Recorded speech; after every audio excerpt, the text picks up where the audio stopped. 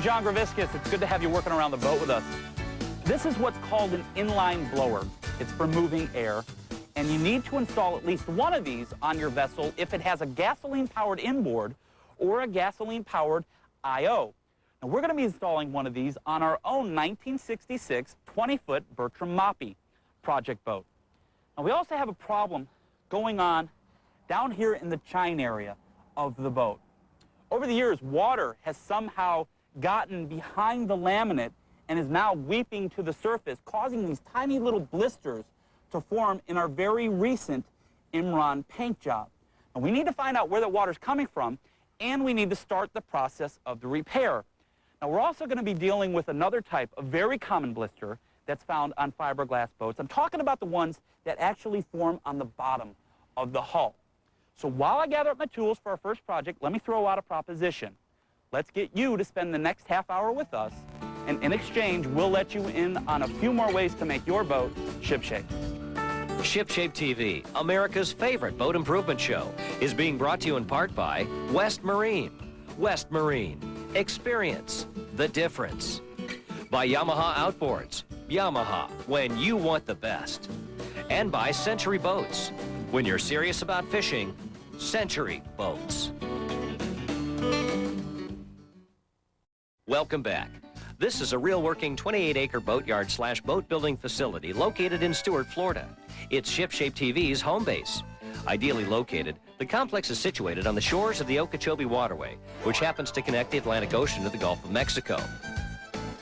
We're back aboard our classic 20-foot Bertram Moppy. The vessel needs a blower in order to evacuate potentially explosive fumes from the engine compartment. And we have some water droplets weeping out from the fiberglass hull that needs to get dealt with. Plus, we'll look at options for repairing osmotic blisters.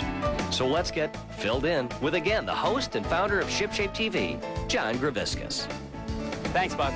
The first thing that we need to determine is what type of blower we're going to be installing in our project boat. Now, there are two main choices that you can decide from. The first one, like I mentioned earlier, is an inline type of blower. And where you might want to use this is if you want to be able to exhaust some fumes, say farther forward up in the boat. Well, you could attach a hose to this side of the blower.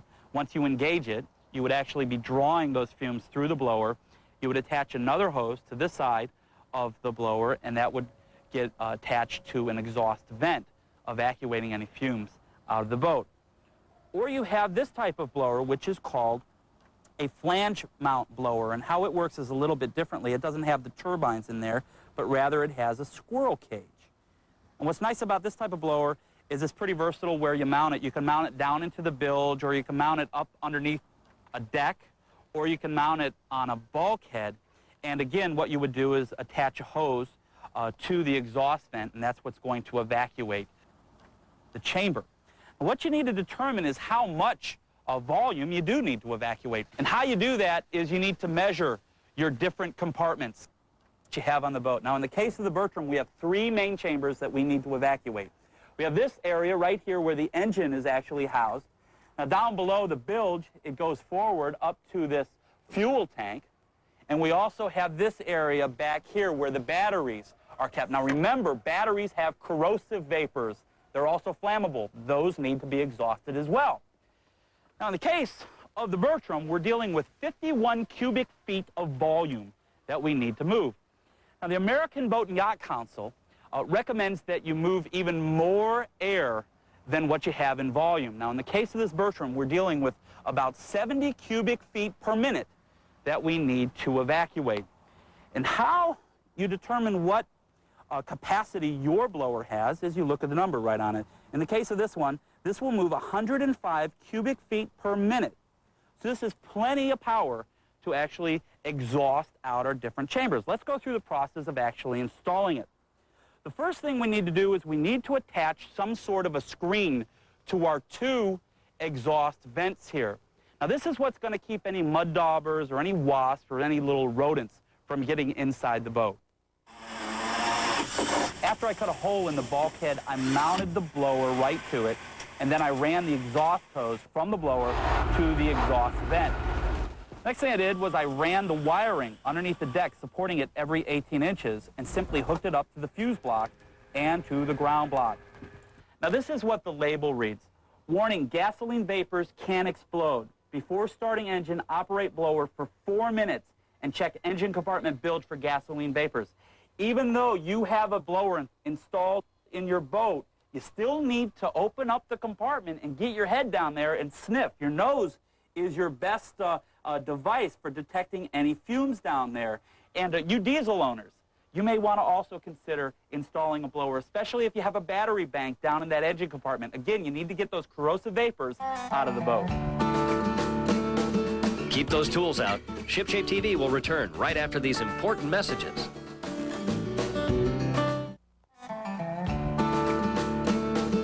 Welcome back. You're watching ShipShape TV. As we tie the boat up in the slip, let's real quick slip back into the action with John. Well, the next thing that we need to figure out is why we have these tiny little water droplets coming off of the chine area of the boat. Now, let me rub my hand over about this 3-foot section. You can see these tiny little blisters in this new paint job. And what I've done is I've climbed all around the boat, and I can't figure out where water is coming from. So what I've done is I've invited a friend of mine to come by today. His name is Steve Roberts, and he's a fiberglass expert. Let's head over and meet him. Steve. Hi, John. Thanks for coming by. It's a pleasure to be on again. Show me what's going on with this boat. Well, you know, I recently painted this boat. Yeah. With a paint called Imron. And I really thought I did a top-notch job prepping the hull. Yeah. But look at this. I've got these tiny little blisters in the paint, Steve. Yeah. And it's only in the paint. It's not in the fiberglass. But I can't figure this one out. Where is this water coming from? Well, you're obviously getting water in there somewhere. Has the boat been in the water recently? Not for about 2 years. Well, I think we can rule out then the water's getting in from the outside. It must somehow be getting in there from the inside. Why don't I go take a look and see if we can find where it's entering?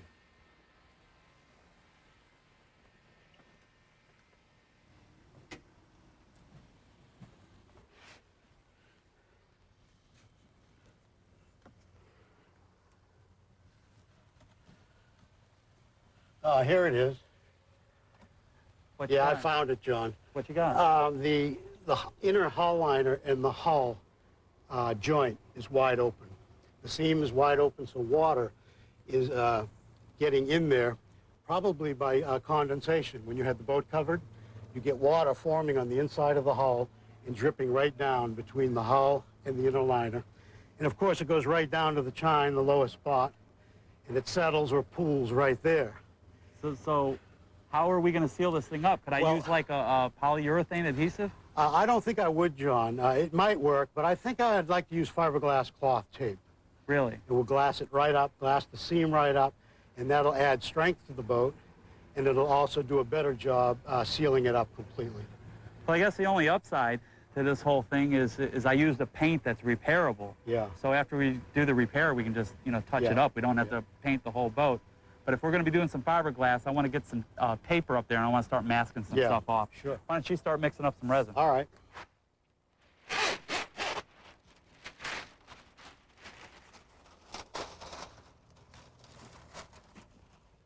Now, by adding some of this masking paper, it's going to somewhat protect my expensive paint job.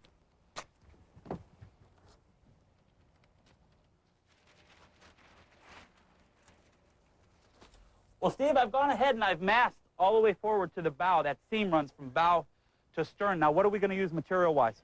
Well, John, we're going to use a standard laminating epoxy resin 3-to-1 mix. And I'm also going to be using the biaxial 1708 cloth. I'm going to cut it in 10-inch pieces, pre-wet it so we don't have to have a real mess up in there. Now, what do I have to do in here to prep it for the epoxy and the fiberglass? Well, John, we're going to have to grind 2 inches above and 2 inches below that seam so we can get a nice tape right in there. Well, I'll go get suited up. All righty.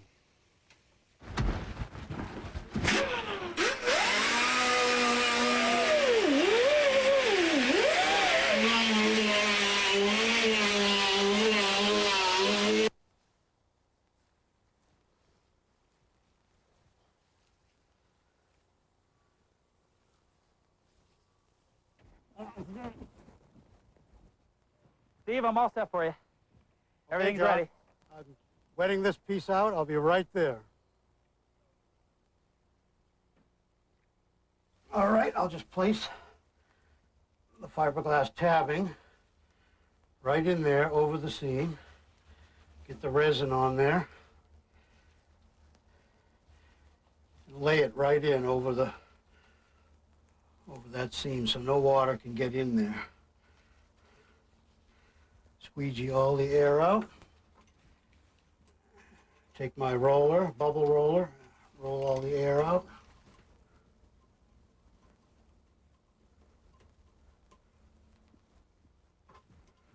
It's as simple as that. Now I'm going to continue. I'm going to cut more pieces and continue right down the whole length of the boat. Well, it's taken us a couple of hours to finish glassing in the seam, and now what we need to deal with is the chine area right here. Now, you might have noticed that Steve, when he was talking with you, didn't have a respirator on when he was working with this epoxy. I don't recommend that. Whenever you're in an enclosed area and you're working with this stuff, make sure that you're wearing the proper safety equipment. Steve, how are we going to open this area up? Well, John, I'm going to use an air grinder. It's an angle grinder with a 24 grit disc. I'm going to start right here. I'm going to go slowly until we get into the water or the wet area. Once we get into that, we'll see more of what we've got. We'll dry it out, re-glass it, a little bit of filler, and touch it up with the paint. You'll never know what ever happened. We'll have at it. All righty.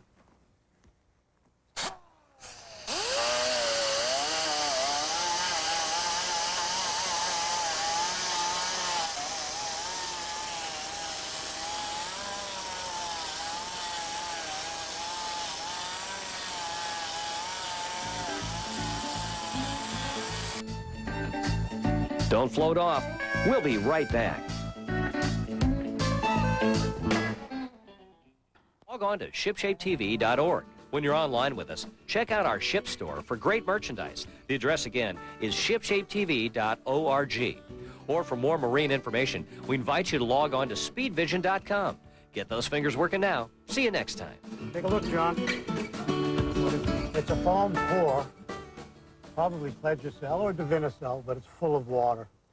So we can bet that this is all full of water all the way to where your hand is.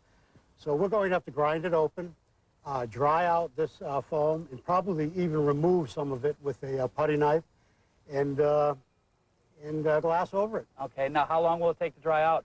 I think once we get it open, probably at least a day. Okay, when I first started seeing these blisters, I was really starting to get concerned. But really, it's not a big deal. You know, recently, I met up with a yard that specializes in a different type of blister repair. We're talking about osmotic blisters that occur on the bottom of the hull. Let's go have a look. John, in the 60s, they started building fiberglass boats. They thought they'd found a material that would make the boats with no rot, no rust, and so we had fiberglass. In the 70s, we had blisters. Oh, what happened? Well... They thought these fiberglass boats were virtually waterproof, yeah. But yet somehow water's getting into the boat. How's that working, John? Well, the water actually goes right through the gel coat, which isn't waterproof, and starts into the laminate. And it starts to deteriorate the boat, and it builds up the chemicals behind the gel coat and actually causes a pool of chemicals in the backside, which forms a blister. Should point out a blister on the boat. On this boat, we have a blister right here, which is a bump, which is full of fluid, and it's actually pulled the gel coat and the layer of mat off the hull, which is what gives us the blister. Now, there's another way that it happens, and that would be a blister that leaked. Instead of the mat coming loose from the hull, the thing will form, the pressure will build, and the gel coat will break, and you'll have a little weeping hole here instead. Okay, now you're telling me when it's a weeping situation, the gel coat may have been compromised in the building process. When there's actually a bubble, the gel coat's strong, but yet it's a laminating problem, right? Well, actually, it can be both, but part of it is that the moisture gets through and does what it's going to do, and it just happens to fail in the weakest form. Can you open that thing up and show us what's inside? We'll give this one a try, and it's this nice yellow vinegary kind of fluid. Now, unfortunately, I think this one we're looking at looks like it was a previous repair that's failed and not an actual original blister, but it has the same effect.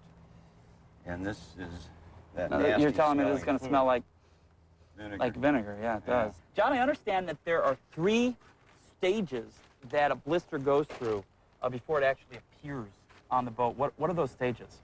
Well, the first stage is when the boat's brand new and it first goes into the water. It starts to absorb a little moisture through the gel coat. And if you haul it out and let it dry, it'll go away. But if you leave the boat in the water for an extended period of time, the moisture will penetrate further into the hull and you'll end up with it saturated. And eventually that'll cause a blister to happen. At the very least, it'll cause saturation even if blisters don't happen. Right. Now, is there a way to prevent your boat from getting blisters? There is a way, and that's to coat the boat with an epoxy or a vinyl ester resin in order to improve its water protection. Now, is that only when the boat is new, or can you do this after a couple of years that you've owned this thing? The simplest time is to do it when it's new.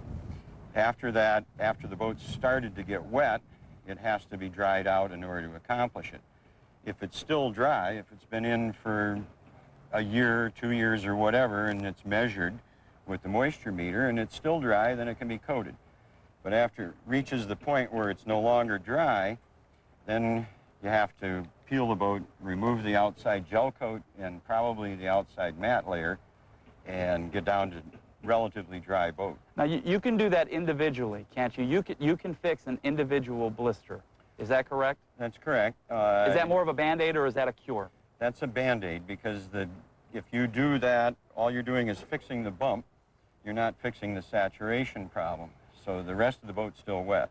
It's a relatively inexpensive process, though, to fix an individual blister. If you do it yourself. If you do it yourself and if you do it right, what kind of life expectancy could you expect to get from that blister repair? Well, if you do the job right, a bump or a blister spot, you should be able to keep it on there for 10 or 15 years. And if you use the right materials. Okay. Now, also, when we were just seeing a couple of blisters on the hull, that's just the beginning signs of this actual hydrolysis, right, where the That's water correct. is being absorbed into the hull. Once it chemically reacts with this glycol, it speeds up the process, and that's where you see a lot of blisters forming on the boat. What do you do in that case?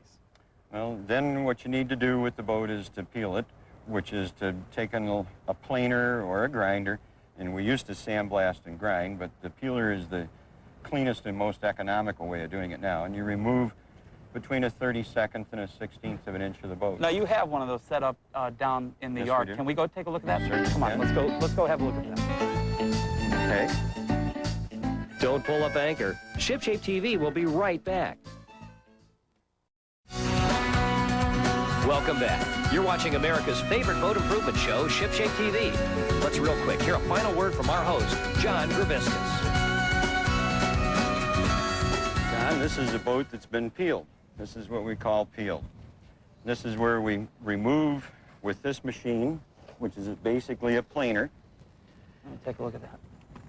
and we remove the gel coat and or the mat from the boat. It's adjustable for depth by the operator. And what we do with it, and it's got a vacuum cleaner to pick up the material, we remove the wet material from here along with all the blisters. And this boat had too many blisters on it to be practical to fix with the method we just saw with the spots. So we've done it all, So you peeled the whole boat. right? But we've only gone down into the mat. Well, you're a professional. This is what your company does here. Real quick, take us through the step if we're going to fix a single blister. What do we need to do first?